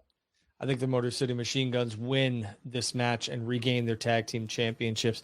I think I'd like to see that. I just don't know if that's going to happen. Yeah, I mean, I like DIY and Motor City Machine Guns kind of trading back and forth a little bit here, and I could see DIY winning them back at Mania or something to that extent. But I don't know. I'm a big Motor City Machine Gun guy. My kid loves the entrance, which means it's working. Like, absolutely loves it. So I'm gonna go with that. I'm gonna go with the Motor City Machine Guns. Should show him some old TNA of Motor City Machine Guns. You got TNA Plus? You want to borrow some of my DVDs? I don't want to borrow your DVDs, but do you have a TNA Plus login? We could talk. I do not have TNA Plus. I'm waiting for WWE to buy TNA like everybody says, and then they'll have it on Peacock. So, right, because they need it. Yeah, they need more content considering they're barely putting anything on Netflix as is. Yep, they're putting like pieces of old Raws, and the WWE Vault on YouTube is the place to be. That is where you're going to get content. That's true. That YouTube page is something. They put live shows out on certain nights where like it's scheduled ahead of time, and you can kick back and watch a show uninterrupted. They have stuff you've never seen before, stuff you've only been able to get on Coliseum Home Video, like things that were way exclusive or you never even could see on Peacock or even the network before. They're putting it on the Vault, and it's shout out to them. And I think they made an NXT channel as well now where you get to see some old NXT takeovers and older footage like that. So I'm hopeful that they do something like that for WCW because let's go. But I'm not going to get too excited and get let down. So, well, I think it's probably going to happen. Based on what? Do you have any inside information? With WCW going to the Vault? Well, yeah, or they could do an ECW Vault too. They could. I think they're 100% doing this. And remember, their media rights deal on their PLEs and their tape library is coming up. Do we know what year that is? 2026. Okay, 2026. Do you think they'll announce like ahead of time where it's going to go, or do you think they're just going to let the deal end and then? No, I think the right fees are going to be up soon, like the exclusivity window and stuff like that. Like I think they're allowed to shop it very, very shortly. So, okay. Well, again, I'd like to see it go somewhere to. I think Netflix is going to get it, man. All of the everything is already on Netflix international wise. I think they're just going to look to be clean. That makes sense. So yeah, it's a lot of material on Netflix. I just missed the OG WWE network. It was such an easy $10 a month. It was the easiest way to watch all that stuff. And all the pay-per-views. It was unbelievable. Yeah, I will tell you, like, there's some things that Netflix needs to switch up. Like, I like the fact that you can, go back and watch PLEs from the beginning and stuff like that, and you can kind of fast forward. You can't really do that with Raw. It's very like hit or miss at times with that whole like operating system of the Raw on Netflix. But I will tell you the best thing that I miss about the WWE Network is you could literally go segment by segment, match by match by match. And you can't do that anymore. It sucks. You could click on any match. You could see the matches that had a former world champion that is not mentioned anymore. And it would just say blank versus Chris Jericho. And it was just like, oh my God. Like, I just love being able to go to any match, go to any segment. And it was so easy. Like, why? Yeah. It's crazy that they made it so easy, and it got more difficult as time went on. Normally, it's very difficult to start, and they clean it up. And you get more simplistic, and it just never did. So, yeah. So, what won't be simplistic is the ladder match for the undisputed WWE Championship and Winged Eagle Championship that CM Punk accurately called a replica belt, which I thought was a nice little dig at Kevin Owens. Both these titles are going to be hung above the ring. I will say this. I've said it on the Juice Box, but I'll say it right here. Kevin Owens is Mr. Royal Rumble. He had an amazing last man standing match? Something with Dean Ambrose. He had a last man standing match and a no DQ match and another match with Roman, 3 separate Royal Rumble matches. Logan Paul, he had a great match with last year at the Royal Rumble. This is Kevin Owens' big PLE to shine. And in a ladder match, he had ladder wars with El Generico and Ring of Honor, and PWG, he had ladder matches. He's wonderful. And I think this is going to be a spot fest, to say the least. I think some injuries could happen. I hope they don't. But I do see Cody walking out as champion still. And to your point, I think it would be fun to have Kevin Owens, lose this, be pissed off, go into the Rumble, and see what happens there. My question to you is there any outside chance of Shawn Michaels being involved in this some way? Because I just have a weird feeling, he got the sweet chin music from Shawn Michaels this past week. I thought he was going to give him a stunner. It kind of got reversed on me. But could he bring Shawn Michaels out of retirement? I mean, if Kevin, some way, shape, or form, gets Shawn to wrestle at WrestleMania, then Kevin's got the best WrestleMania resume ever, and he's out. I don't know how he negotiates, but boy, I got to sit under that one and figure out what did you do, how did you do this, and teach me.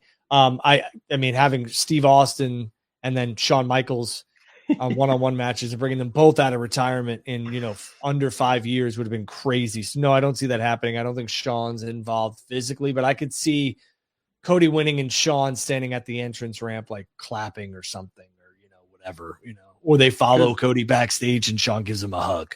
Because LeBar brought this up of what if he were, even if he's out there, but whatever, it just distracts KO. He's pissed, and because of that, he loses this match.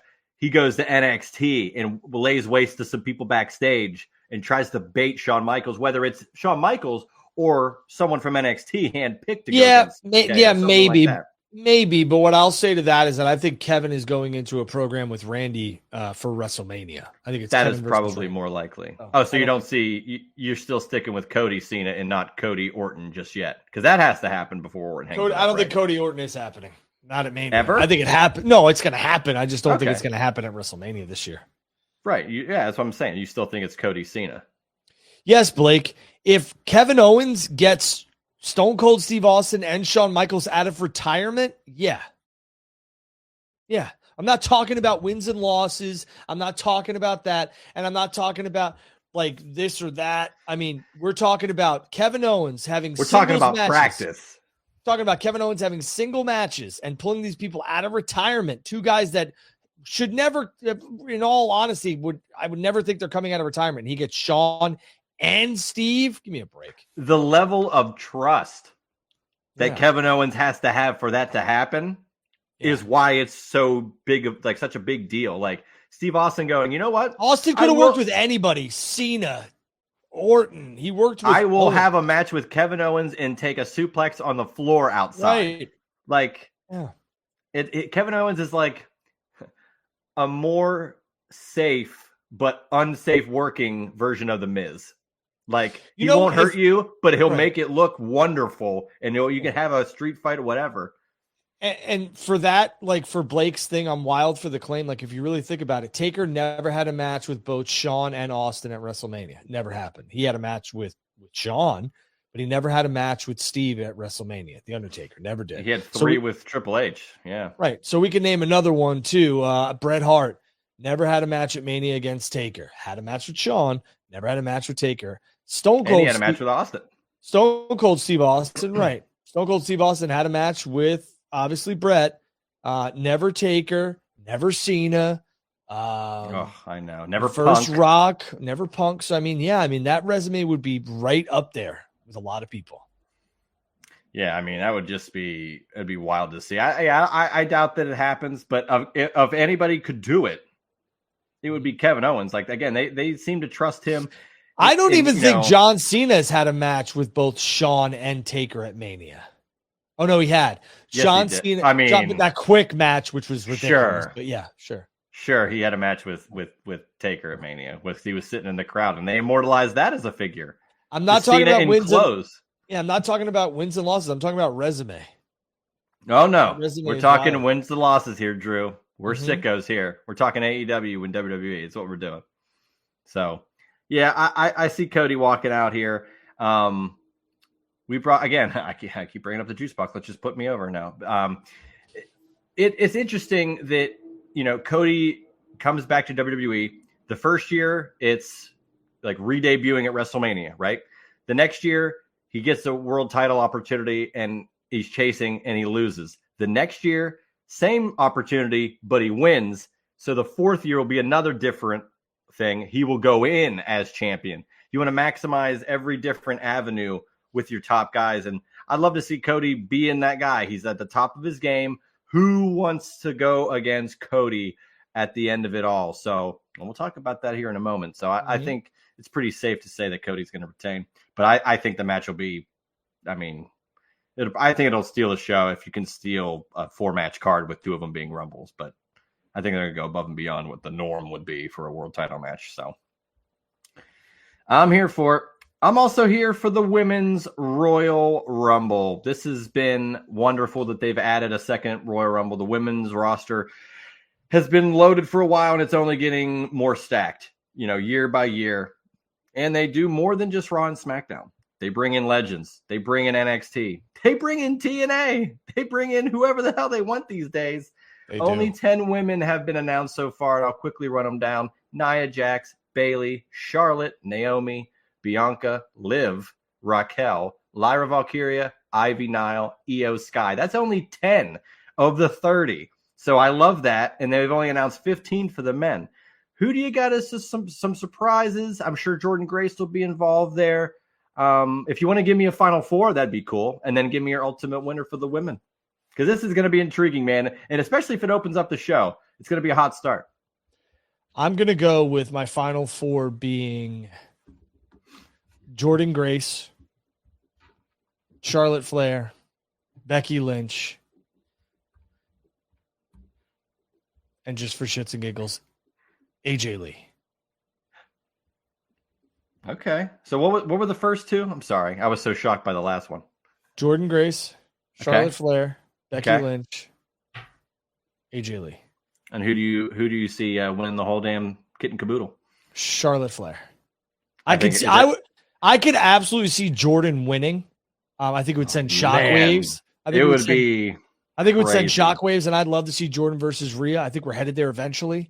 Sooner rather than later. I think it would send shockwaves, but I could see Charlotte winning it and Jordan having a really good showing in the Women's Rumble, like a really good showing in terms of. I think she'll have a good showing regardless. Yeah, whether she wins it or not. How about some surprises? I mean, we talked. I've heard maybe a Nikki Bella could come in. We got. I suggested maybe a Molly Holly, Victoria. You got Trish potentially. Anybody that you see coming in that might be off. Trish, AJ Lee would be wonderful because CM Punk's been there now for over a year. So I'll say this: it's worth it. Come back. Let's do a one-off. If we're talking surprises, then again, this is all hypothetical. This is all my opinion. I'm going to go with AJ Lee, Nikki Bella, Jordan Grace, Trish Stratus, and Becky Lynch. Those are 5 surprises. So there you go. So, and Jordan Grace technically isn't TNA anymore. Now, she's WWE. So, and I'm going to say this. I think Punk is very smart. I think AJ Lee and WWE are absolutely talking and negotiating. Yeah. I think this kind of pushes the look at the fans want it. I don't think there's any plans for her currently in the Rumble, but I'm just having fun. And I will say that I think, it's the WWE. Anything can and will happen in the World Wrestling Federation. So for me, AJ Lee absolutely could show up, and I'm actually wanting it at this point. And as if they would need to do this, but it's almost like a litmus test of, let's see if she's still got it and the fans want it. And I think it's almost rhetorical because they know that they would go nuts for her.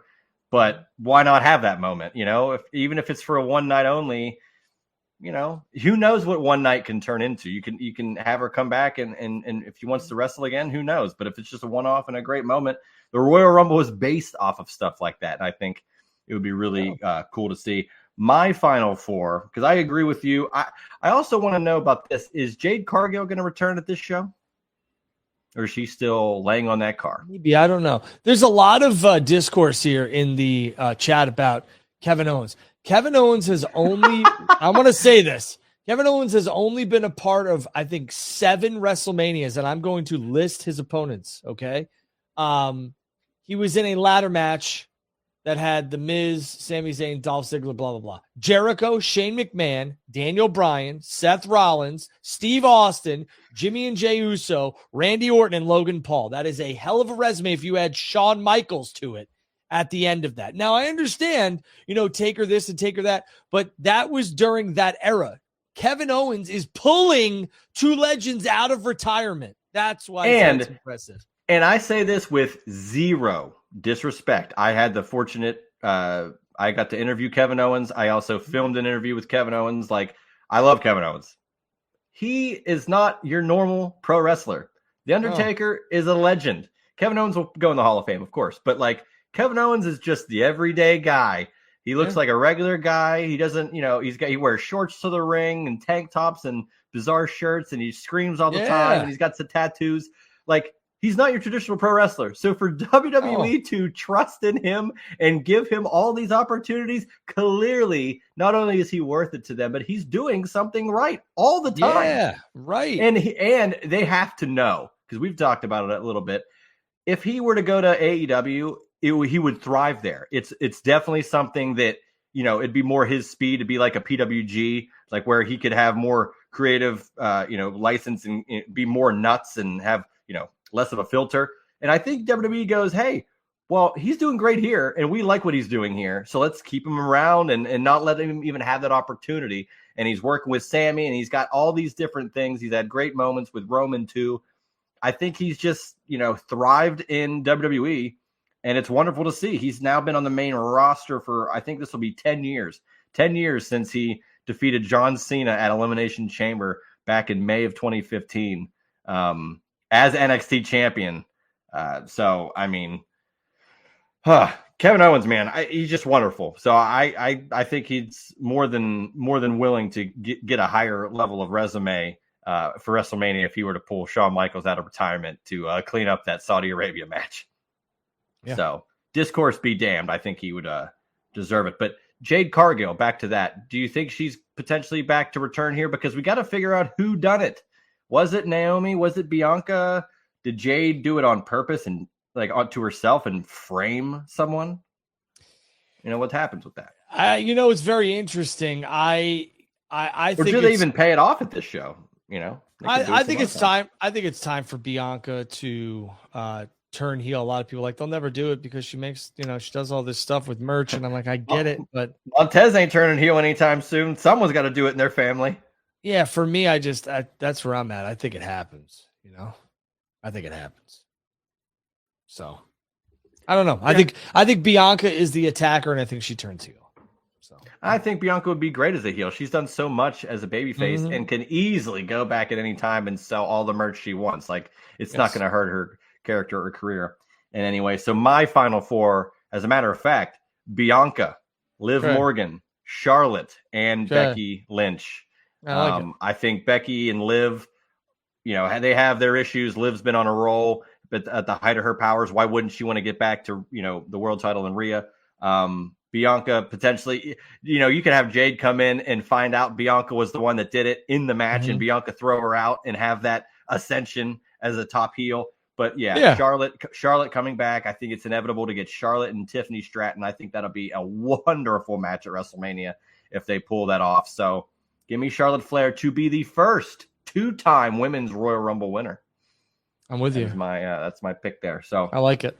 I'm looking forward to it, but let's cut down to brass tacks.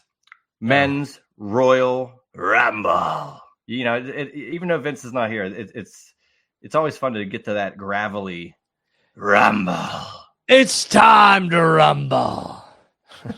Those introductions were always great whenever, the Warlord. And he was it's WrestleMania. Yeah, those were good. So quickly, the 15 announced for the men, and damn it, almost every person here I could see winning it. That's how crazy this is for this year. LA Knight, Cena, Punk, Jey Uso, Roman Reigns, Seth Rollins, Drew, Ray, Sammy, Shinsuke, Logan Paul, Penta, Chad Gable, Braun Breaker, and Carmelo Hayes. Any of those guys, like reading off the names Punk, Cena, Seth, Roman, like all in a row, and they're all in the same match is absolutely insane.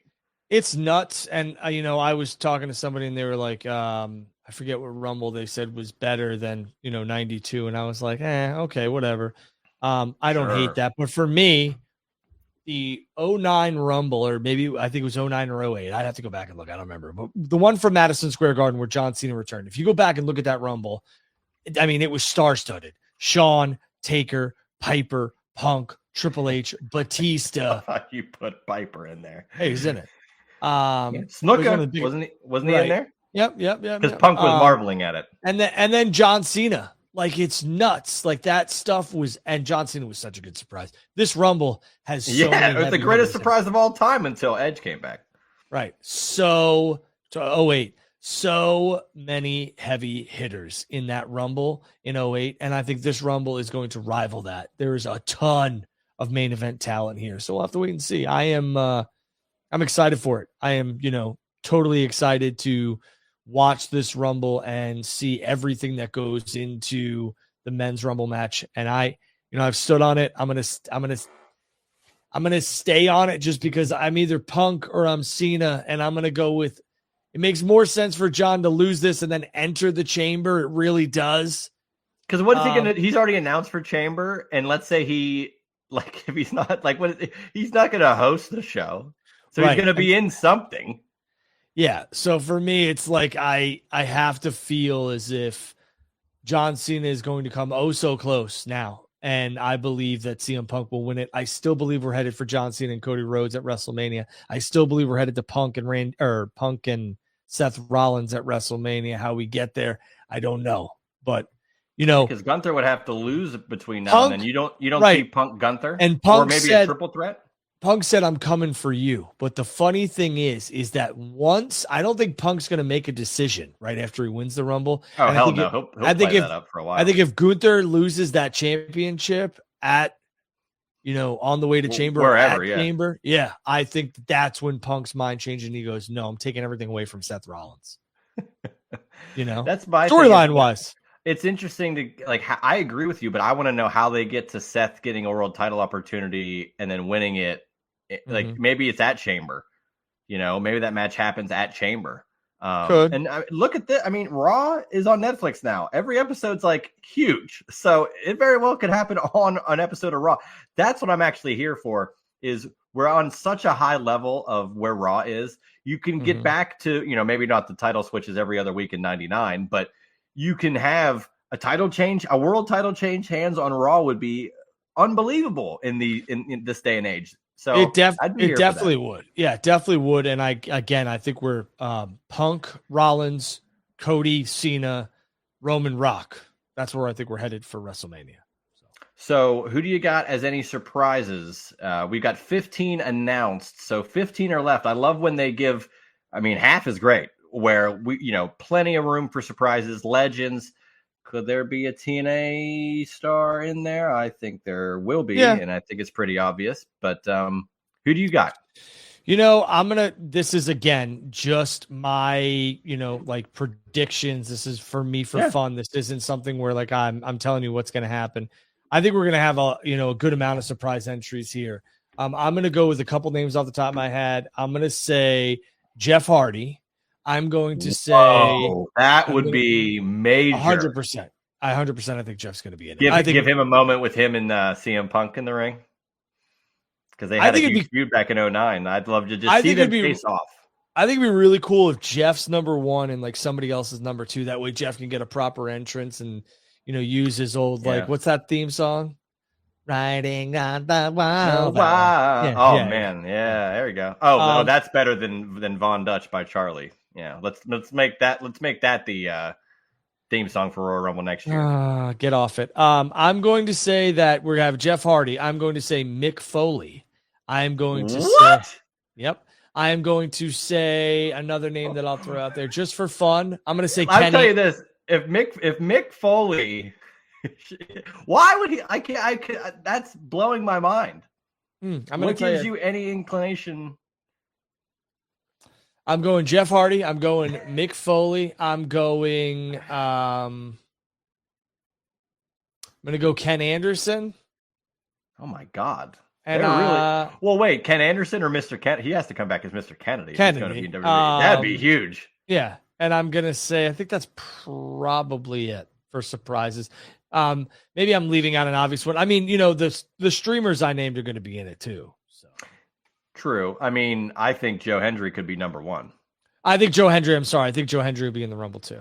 Yes. Yeah. I think he could come out at number 1 or 2 because everybody knows the song.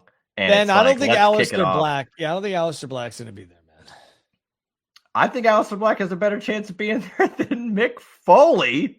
I don't know if Aleister, I think they're factoring him, he'll be there for WrestleMania, but I do not think that he'll be there for. But why is Mick Foley in? Who is he? Who is he challenging for the world title?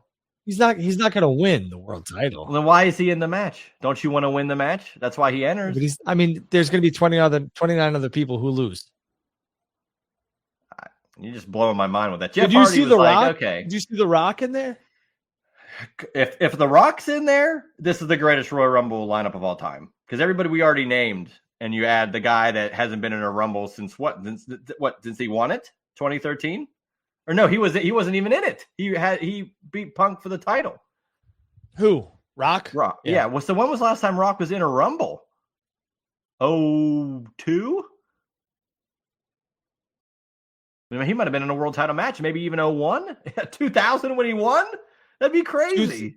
2001, he was in a world title match. 2000, he won the Rumble. 2002, I don't think he was in the Rumble. I don't think Jericho so. defeated The Rock in a match, and then I think that's. I don't think The Rock has been in a Rumble in a long time. 25 years. Could you? Yeah, that would be.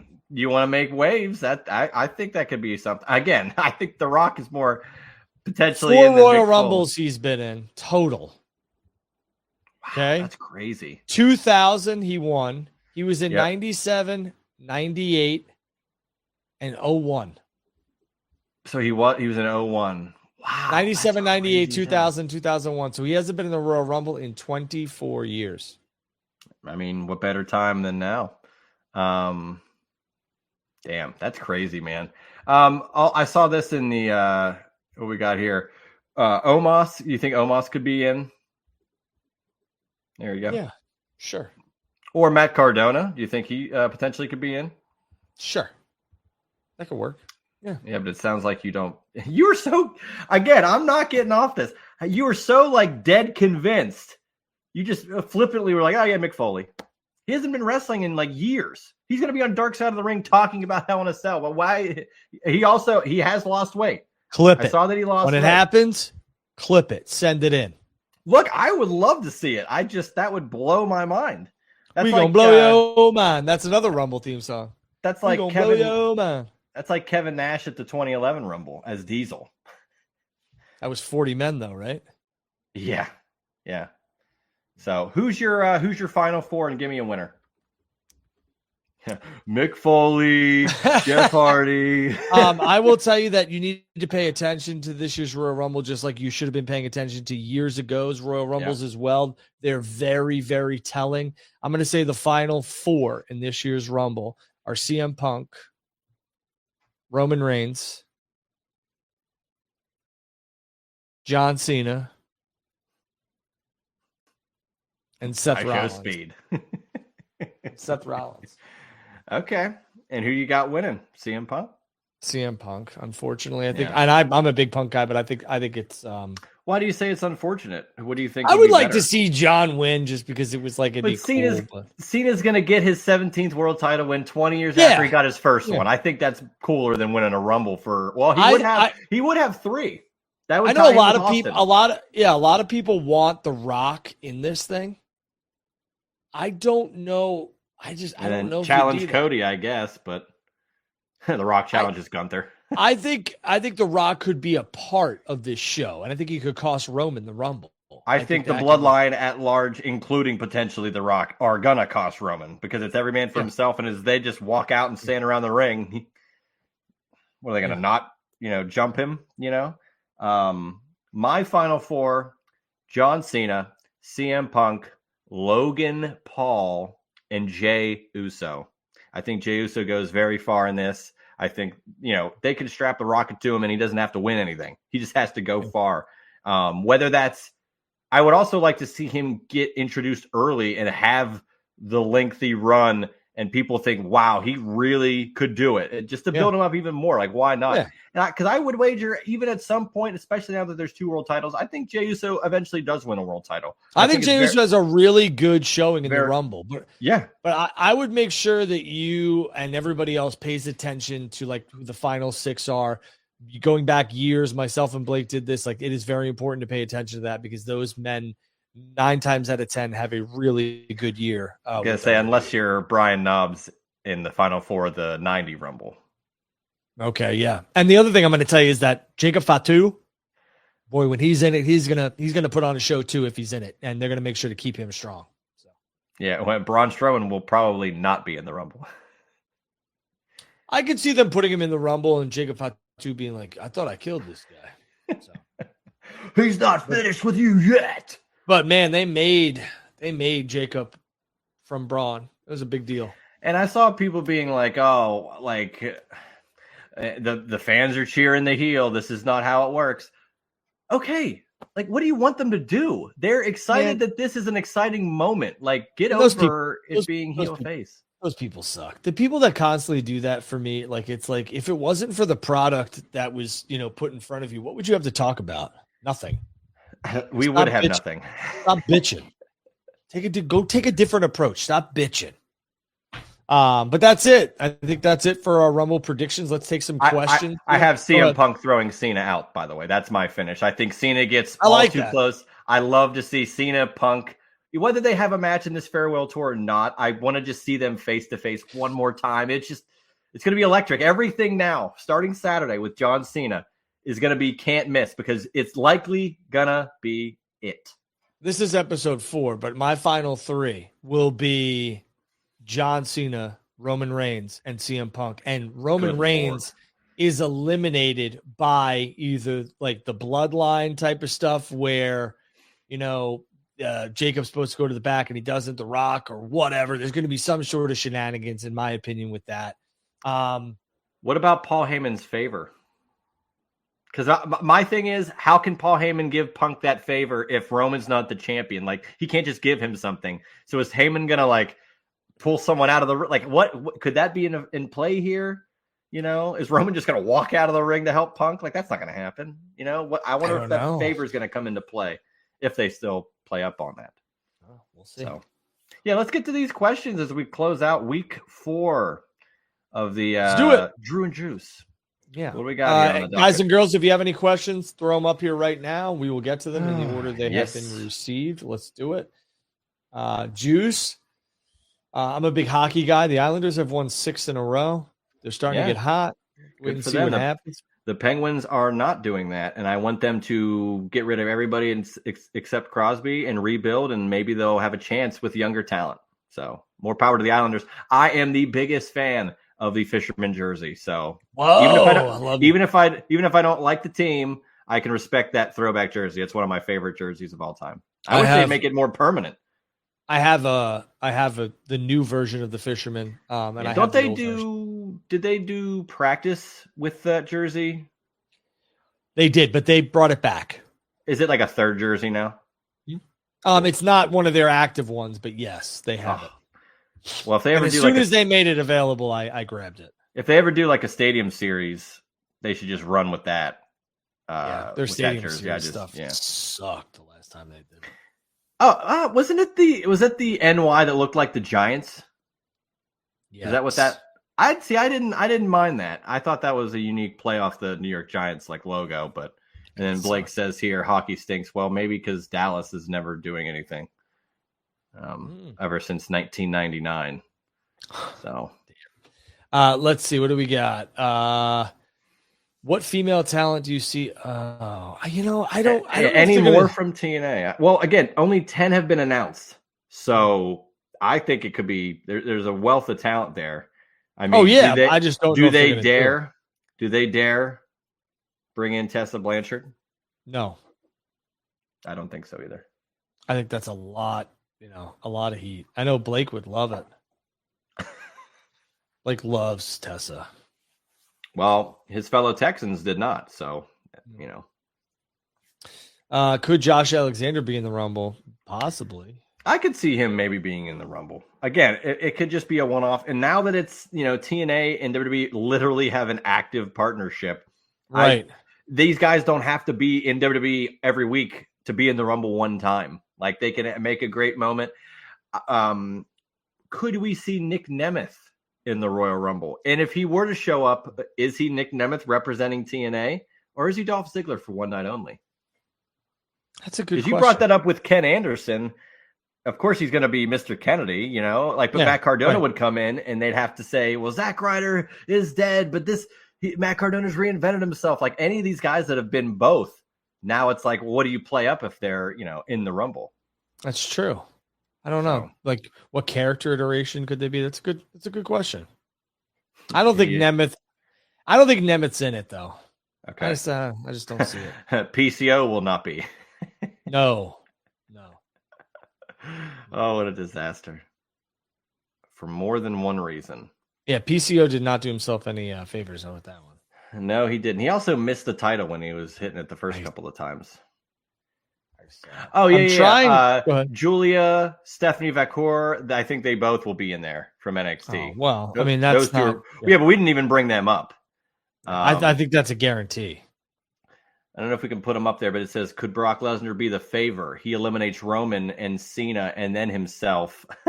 I don't think they touch. Right, but let's say that would happen. The only part of that, there's no way Brock Lesnar throws himself out of the ring. I don't see that being a part of Brock Lesnar's character.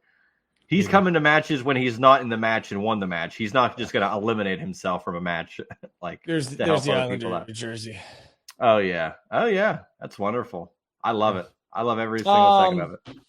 I don't think Brock Lesnar's anywhere near WWE ring until the Grant stuff with Vince is settled. Yeah, it needs to be kind of put away for them to even consider that. So. All right, boys and girls. Yeah, I don't think so either. All right, boys and girls, it's been fun. This was 2 hours almost, talking about the Royal Rumble and some other things. Juice is going with, for the men, say it again. CM Punk. I'm right there with him. I'm going with Charlotte Flair for the women. Who are you going with? Woo! Charlotte Flair. Okay. Charlotte Flair. I'm going with Cody. You're going with Cody? Cody, yeah. And then the only thing we differentiate. Yeah, we differentiate on Motor City Machine Guns and DIY. I'm going with Motor City, and you have DIY. I got DIY, yeah. Right. It'll be a hell of a match, I'll tell you that. The men's random Royal Rumble drawing that I had, $10, $300 to first place is done, completed. All the numbers are out. I will do the women's tomorrow morning. Keep it locked. I'll have a cup of espresso, and I'll do the random drawing, and I'll answer some questions. That doesn't sound like you, Drew. You have espresso. You've never had espresso. Never. Blake, when I get off that plane, there better be espresso waiting. It's your ass, pal. I appreciate it. This was kind of just, we wanted to do a Royal Rumble show and had some, other stuff to talk about. A lot of people are in indie right now. Wishing them the best. Get all the content you possibly can. Get all the interviews you possibly can. I am very much looking forward to the Cosm in Dallas. I don't think it's gonna disappoint, but we'll have to wait and see. Yeah, I think it's gonna be a hell of an experience. I'm looking forward to your firsthand account of it all on Twitter. That'll be fun. We'll have some live videos. We'll have some footage. I'll put it up on my X, my Twitter, and maybe me and Blake will do a quick live stream there for a little bit, and then I will be doing something with the Wrestle Votes guys on Royal Rumble Saturday. So keep it locked. See you guys and girls there. Juice. Why don't you tell everyone where they could subscribe, and follow you? That's right. The Juice Box every single Friday. This week we had an episode on Tuesday revisiting the Royal Rumble history with Josh Eisenberg. And then today we had the Royal Rumble predictions show with yours truly, Josh Eisenberg and Justin LaBar, a little CSR Chair Shot Reality reunion. And additionally, specifically for the Royal Rumble, check it out on my page at Juicy Steen. I'm partnering with a company called Pool Party Gaming, where they do, football pools and college football pools, and they're partnering with me to do the Royal Rumble pool. It's a pick'em, but it's free to play. It's free to win. It's not just picking who wins the Rumble and what different spots and stuff. And no, shade on that. That's wonderful. The Royal Rumble lends itself to being a wonderful component to playing, different types of games and guessing who wins and all these other things. But Pool Party has over-unders, and who could come in from either 1 to 7 or from 14 to 20, like all these different things. It's free to play, free to win, and sign up before Saturday at 6 p.m. Eastern time, and you have a chance to win a WWE Shop t-shirt of your choosing. Any size that you want, whatever design you pick. If you win, that's what you get. So good luck. Sign up. There you go. Good luck. Sign up. Hell yeah. You can like, subscribe, and follow me right there. It's at Andrew Bidala. Keep it locked for the Royal Rumble weekend. I'll be at the Cosm, like I've said about 9,000 times. This is my prediction show. Maybe I'll put out a quick video before I hop on the jet and head out on Saturday. But again, the women's Royal Rumble random drawing, $10. It is completely full. Gets you one entry, $300 in first place, winner take all. I'll do that tomorrow while I have some espresso. Keep it locked here. Juice, this was fun. Episode 4 in the books. Hell yeah. I hope you guys and girls have a safe weekend. If I don't hear or see from you until then, Royal Rumble's my favorite. I hope you guys enjoy that. Again, it's just so unpredictable. Make sure you guys like, subscribe, and follow Final Bell Media, where this is being broadcasted on their YouTube page. And make sure you subscribe and follow Juice and myself. Again, thank you very much, Juice. I'll talk to you probably tomorrow. Yeah, hell yeah, brother. Enjoy your travel. Thanks, buddy. See ya.